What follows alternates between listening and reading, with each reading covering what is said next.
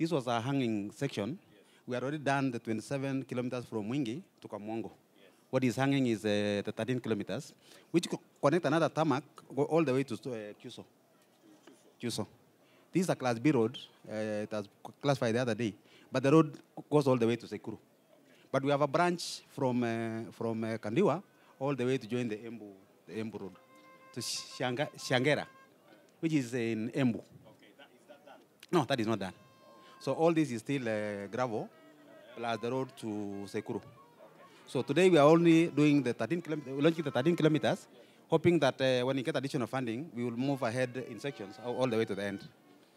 So, Your Excellency, the road is being done by a local contractor called the Diwafa. It will be done in 2 years. It's only 13 kilometers. We hope that the contractor is going to finish a bit early.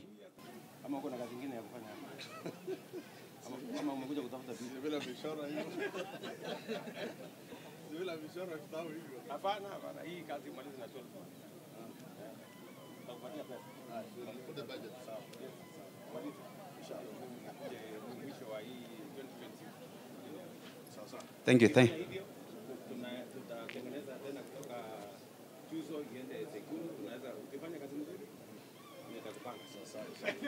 Asante, Excellency.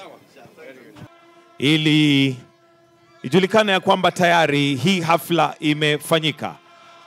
Basi makofi akifungua. Karibu sana Mheshimiwa Rais. Makofi mazuri wananchi.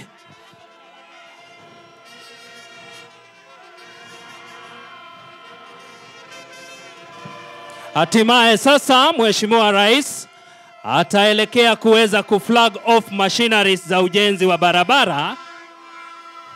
Flagging off machineries za ujenzi wa barabara at the count of 3, 2 and 1. Mashini zitaanza kutembea. 3, 2, 1. Mashine ya kwanza aina ya grader. Ishara tosha sasa mradi wetu wa barabara umeanzishwa rasmi. At the count of 3, 2, 1.